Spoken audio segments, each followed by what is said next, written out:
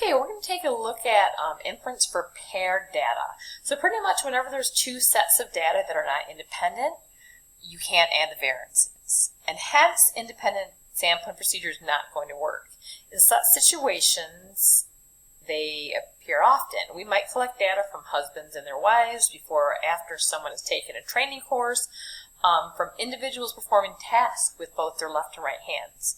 This matching is a powerful design, and because it controls many sources of variability, we have to treat the data as they come from we can't treat the data as if they come from independent groups. So we're going to be looking at inference for matched pairs. So pretty much you're going to have phantoms. So when you do your P, you're going to look at the true mean of the difference. Okay, that's what you're going to state in context for this problem. Okay, that's important. So either you're going to say there's no difference, okay, or you're going to say there is, that it could be greater than the value. Now for your assumptions, you have the paired data assumption, so of course the data has to be from matched paired data. So generally this is going to be an experiment of some type. The data is going to be paired. They're going to indicate that in some ways. You also have to have the independence assumptions. In this case, this is going to be based upon the random condition, so a lot of times that's going to be the random assignment of treatment. And then of course you have to have that normal distribution assumption.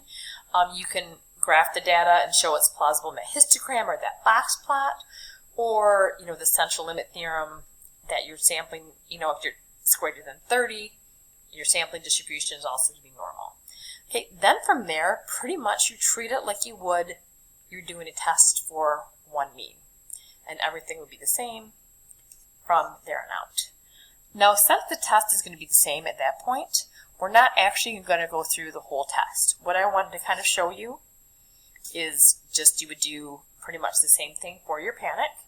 You would just, other than doing your assumptions the same and saying that it is a true mean difference, and stating that in context, then you would do your confidence interval the same as well. Okay? You would do that identically in your calculator. I am going to kind of go and set up a confidence interval for you. So for instance, if I gave you this problem right here, a couple things, I wanted to kind of show you what data might look like. A lot of times they're going to give you paired data. So you have 20 pairs of patients who have the same age and similar skin conditions. They're matched. You would have the random allocation of treatment. So you can see how the data is paired. We have a matched paired design. So your data might look like this.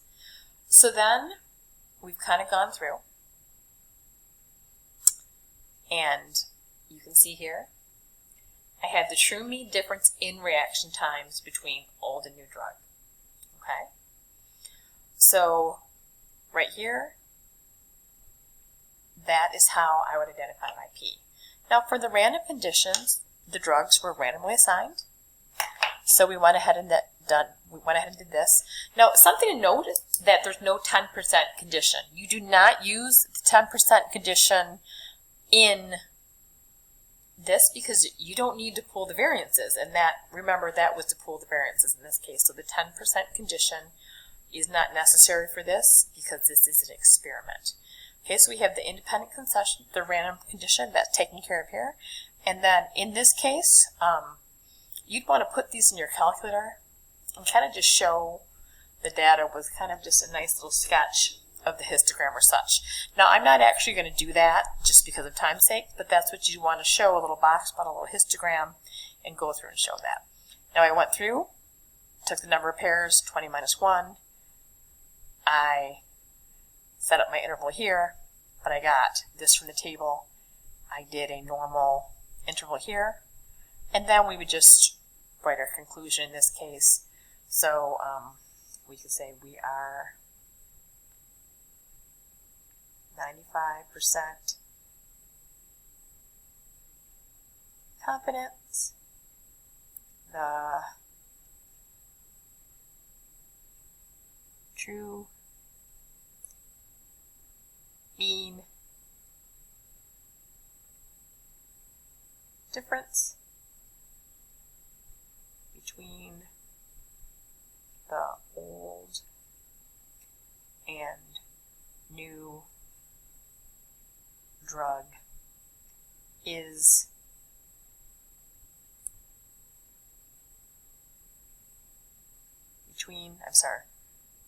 difference in, I should say, in reaction time. Sorry.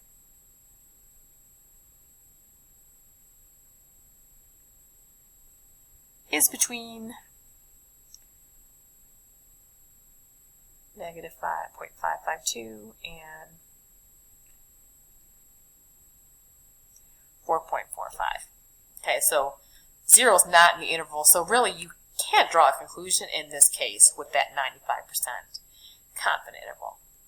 So then in this case, going on, they're asking you to test the hypothesis at a 10% significance level to determine whether or not statistical evidence exists to support the claim that the difference in reaction time is less than 4 hours. Okay? It's saying you can assume the population is normally distributed. So pretty much you would go through and just perform a t-test for this. Okay? You do a regular t-test in your calculator using the difference in means. Okay? Now, the only thing that I kind of want to hit with this is if they didn't give you the average difference in this case with the old and new drugs, is what you would do is looking at the raw data, which we didn't put up, is you would find the differences. So I would take 20 minus 18 is negative 2. This is 0. 19 minus 17, that's negative 8. You would continue to find those differences, and that's what's going to give you the average difference, okay, which in this case was 2.05.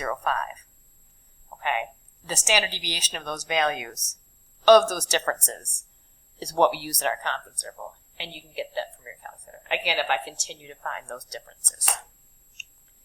Now, to finish up, the only other thing I wanted to look at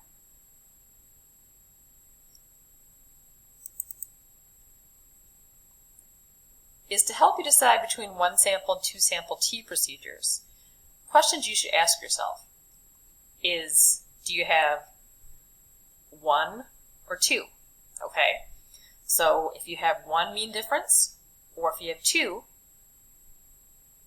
that can help you decide. Okay, obviously if you have the 1, you're going to use the paired data. If you have 2, you're going to use 2. Now, you do need to watch out for 2 samples that pair individuals, because then you might need to do the problem like we just did. In the same way, can any piece of the data in the first group be compared to any piece of the data in the second?